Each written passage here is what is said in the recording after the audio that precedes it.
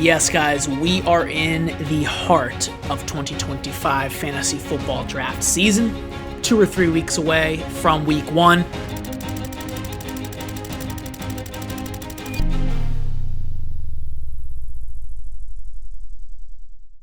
So what better time than now to take you through every single round of your fantasy football drafts, at least the first 10 rounds, I'll say that, and give you the best value pick in each round. So this is going to be the most undervalued player in that round. When I look at the other players in the round, they are a value. They should be going higher in drafts earlier that round, sometimes even earlier, multiple rounds. So without further ado, guys, we're just going to walk through, the fast draft ADP. Now, fast draft is my preferred platform for best ball drafts. During the season, we're going to do a lot of DFS style drafts weekly, But fast draft, guys, is the best place for best ball, in my opinion. You don't have a million people playing it, right? So you can kind of get in there, do your thing. Only, a couple thousand people on it right now, maybe 10,000, As opposed to millions and millions.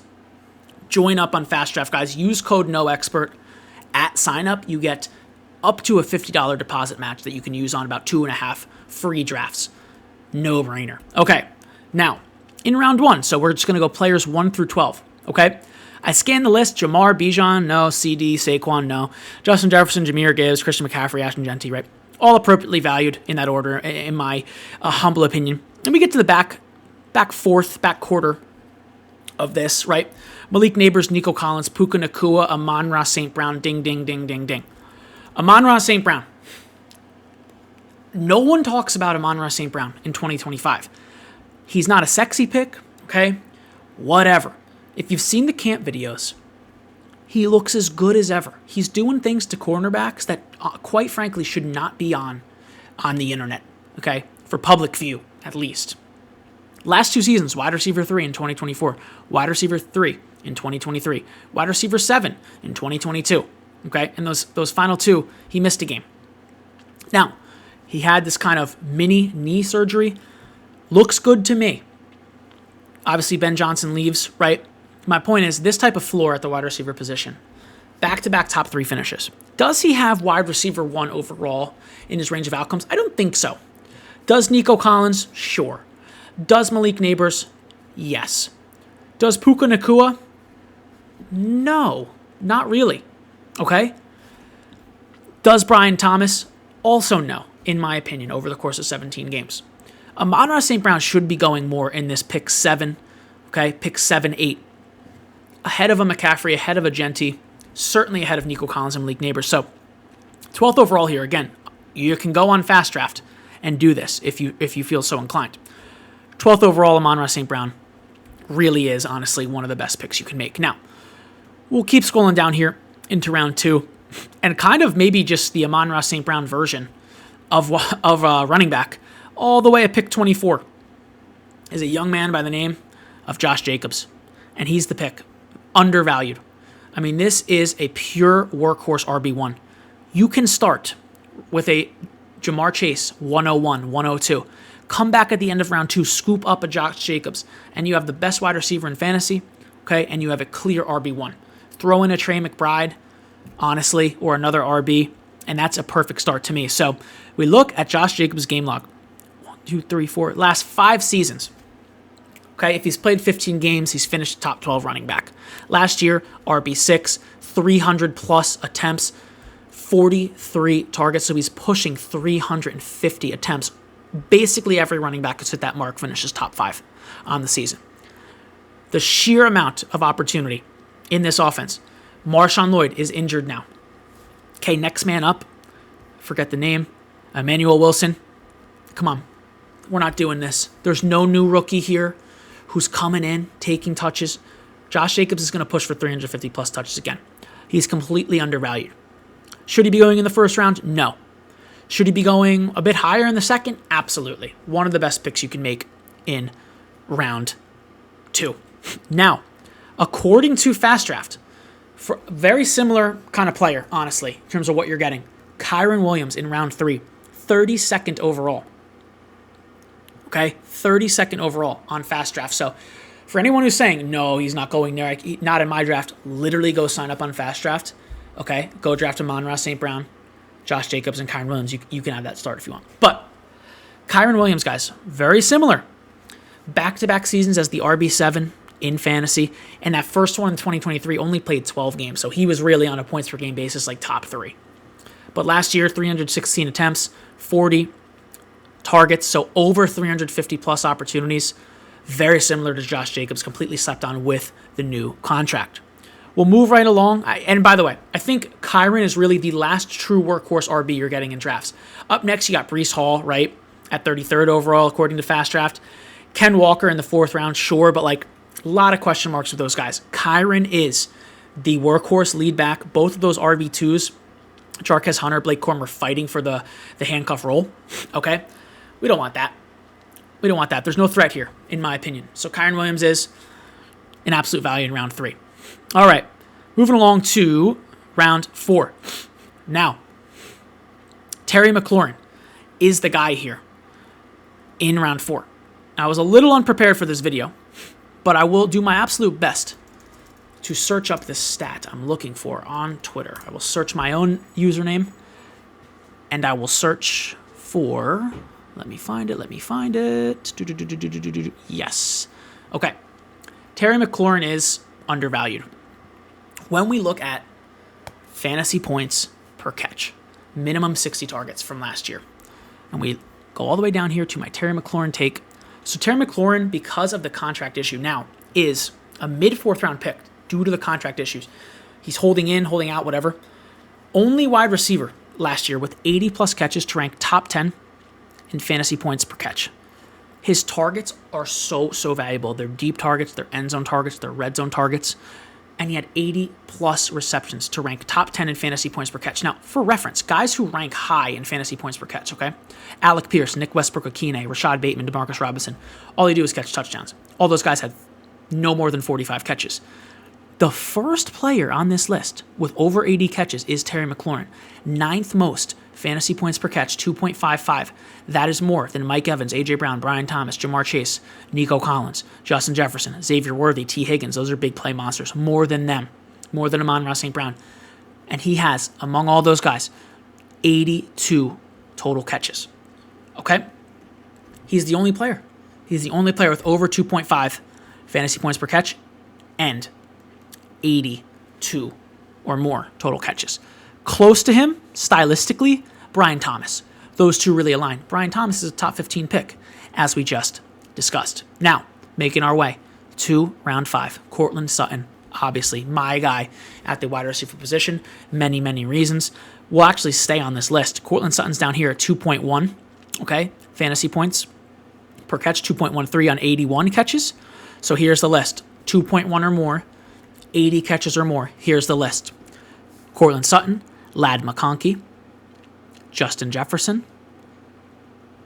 Jamar Chase, Brian Robinson, and of course Terry McLaurin. It's a pretty good list to be on, okay? And for some reason he goes in the 5th round. He's a top 12 wide receiver. He was wide receiver 7 weeks 8 through 18 in fantasy points per game, 9+ targets per game in that span. And the reason I pick weeks 8 through 18 is because that gives Bo Nix a little bit of a buffer as he's adjusting to the NFL. They had a bye week 7. I think that's fair to do, okay? And a lot of people are just baking in those first Bo Nix games when he was really adjusting into the ADP. Why is he in the 5th round? I really have him as a top 15 wide receiver this year. All right, moving along into the 6th round here. Isaiah Pacheco is my pick. He is the clear lead running back for the Chiefs. And when you are the clear lead running back for the Chiefs, you don't have to do much, dude. You don't have to be very exceptionally amazing at football. Currently in preseason, Elijah Mitchell and Brashard Smith are working behind Carson Steele. So Steele is the RB3. Kareem Hunt, who actually is genuinely terrible at football, is the RB2. So I don't see any immediate threats, right? Last year, he was rushed back from his injury before he got injured, okay? Weeks 1 and 2. I know it's only a couple weeks, but in week 1, 18 opportunities. In week 2, 24 opportunities. 83% of running backs who hit 18-plus opportunities per game finish top 12 at the position. So Pacheco was hitting that mark in week 1 and 2, then got injured. Came back, didn't look good. It has since come out that he was rushed back a little bit. I'm going to give him the benefit of the doubt, taking him here in the 6th round. Okay? Now, in round 7 is Ricky Pearsall, guys. Pearsall is my pick. If I could sum this up, he is my pick to be the next Jackson Smith and Jigba, right? JSN of 2024. I have Pearsall in 2025. So JSN 2023, right? Before he broke out, wide receiver 48, only 63 catches. Pretty abysmal yard total for 63 catches. 628 yards. Not great, right? Pearsall, I mean, even worse last year. Only played 11 games off the gunshot wound, if we all recall. 31 catches for 400 yards, right? 3 touchdowns. I mean, just under a 10% touchdown rate there. Pretty interesting, but regardless, it's not really about numbers. It's more about Pearsall is the current wide receiver 1 for San Francisco. Brandon Ayuk is going to start on the PUP. Jawan Jennings is already injured in the calf, doesn't have a contract, not happy. Someone has to play the wide receiver position. And it's Pearsall, former first-round draft capital, big play machine. He is currently playing a wide receiver 1 role, okay, for the Niners, and he's going to be the guy. In round 8, can't believe this guy is in round 8. Again, go to Fast Draft and sign up, code NOEXPERT. You get free drafts that can win actual money. It's Emeka Egbuka. So let's just talk about the opportunity. Chris Godwin had another knee surgery this offseason, so who knows when he'll be back. Jalen McMillan, as if he was really even competition for more than a couple weeks for Emeka, right? Got injured in preseason, so he's going to be potentially missing a practice here or there, maybe more, who knows. So it really is Mike Evans, and then in the slot, basically as the wide receiver 2, you're going to have Emeka Egbuka. He's literally going to start the season, in my opinion, as the wide receiver 2 for the Bucs. We all know how that went last year for Chris Godwin and Mike Evans. If we look at Godwin on Sleeper, okay. Now, finished last year as PPR wide receiver 53 because he only played 7 games before injury. If you take a look at his game log, though, I'll read you the PPR points before he got hurt. 22.3, 24.7, 17.3, 13, 11.6, 35.5, and then the game he got injured, 13.5. So was a top 12 wide receiver right there with Mike Evans. If Egbuka comes out and is just simply a top 15 wide receiver, I won't be surprised. So in round 8, still in round 8 somehow. Next on the list, round 9, and I will say, we're only going to go to 10 rounds today, but if I had a round 11 would be Tank Bigsby, and round 9 is Travis Etienne. Now, in years past, okay, I'm actually just going to go back to Twitter and kind of read, right, what I've been posting about this situation. Everyone really likes to give the prediction for the Jaguars backfield. It's, I don't really know what there is to talk about. Like, let me just look at this. Hold on. Trying to find, I know I used this phrase. Hold on. For those of you not watching, I apologize, and listening, we're getting there. Okay. So I tweeted this a couple weeks ago, and I'm just going to read you this bit as a bit of an essay here. Travis Etienne is arguably my favorite player in the NFL. The story behind that is when I first started creating content, he was a guy where I kind of went out on a limb and said, no, he's my guy. He did great, right? So I just have an affinity for Etienne. It's a bit of a meme, right, on this platform, past 3 years, whatever. All good. It's funny. So I acknowledge that right before giving this take. I do think that both Etienne and Tank Bigsby will be valuable fantasy football assets this season. I do not think, I'll go on record, that Tootin, right, unless there's an injury, I don't think he fills in, does anything where we want to start him for fantasy, unless there's an injury, okay? And honestly, we probably don't even need to roster him unless there's an injury. Last season, we saw Bucky Irving be an elite fantasy football RB on limited snaps. So everyone thinks that Irving is like this monster workhorse. He only averaged 50% of snaps weeks 10 through 18 last year. And he was RB6, 18.3 fantasy points per game, 19 plus opportunities, and half the snaps, 50%. The other 50, Rachaad White. He still finished in RB2 territory last year, Rachaad White. He was like RB20, okay? And he was usable for many, many weeks. So I think we saw both Irving and White ranked top 12 among all running backs in half PPR points per touch last year. It's very impressive, okay? Liam Cohen, I think he's going to use Etienne and Bigsby in training camp. He is already. He's splitting the work between them.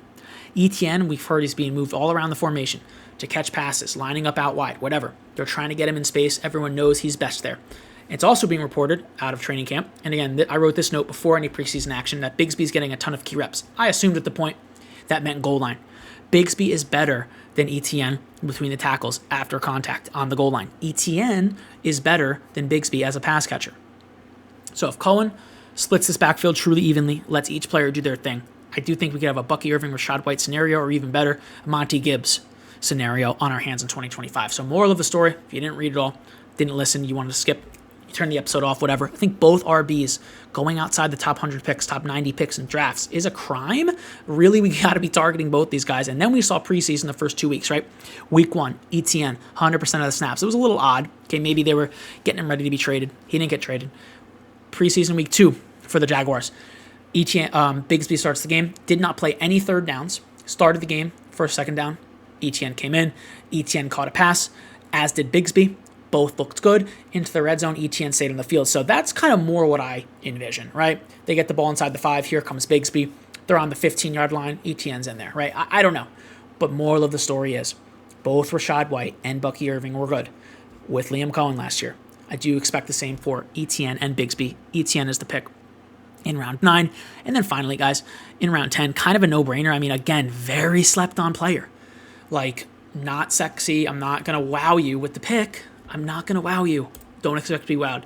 It's Javonte Williams in round 10, 112th overall on Fast Draft. The offense is good. Offense is going to score a lot of points. And right now, Javonte is the lead back. He sat with the starters as Miles Sanders played yesterday. Jaden Blue is injured. Sure, come week 11, 12, whatever. Jaden Blue, yeah, I'd be a little surprised if he doesn't take over if things continue. All right? But Javonte, back-to-back years as a top 30 running back. So even if, and that's with him truly splitting the work, guys. It doesn't sound good, but in 2024, RB30, 2023, RB29. And we look at the snap percentages. Let's just look at last year. Starting week 10, just his last games played, 29% snaps, 52, 56, 45, 54, 52, 37, 31. Earlier in the season, it was a bit closer to 60 on average, sure. But like top 30 splitting snaps, and it's reported he's not going to split snaps. He's in a way better offense who's going to give him work, give him targets in the Cowboys, have goal line opportunities. How can you not be in on Javonte just as like a RB3, a guy who's going to go get work while you have Judkins on your bench, Caleb Johnson on your bench, right? Marinating kind of on the bench, waiting for week 5, week 6 to take over. Even Trevion Henderson, like, are you starting Javonte or Henderson week 1? Maybe right now after preseason Henderson, but 2 weeks ago, it wasn't so sure. Not for nothing, Antonio Gibson's still getting the start over Henderson. Don't take this as Javonte is a better player than Henderson, not what I'm saying. Henderson should be going, late 4th, okay? I love him. But we got to find these guys late in drafts that will have value. A Tank Bigsby, a Javonte, an ETN, a Tyrone Tracy, honorable mention, J.K. Dobbins even. So those are the type of players I'm looking for. Hope you guys enjoyed the video, guys. It was the most undervalued player in every single round. Well, first 11 rounds. According to Fast Draft ADP, guys, use code NOEXPERT. Up to $50 deposit match on Fast Draft, the best place to do best ball and DFS weekly. Peace.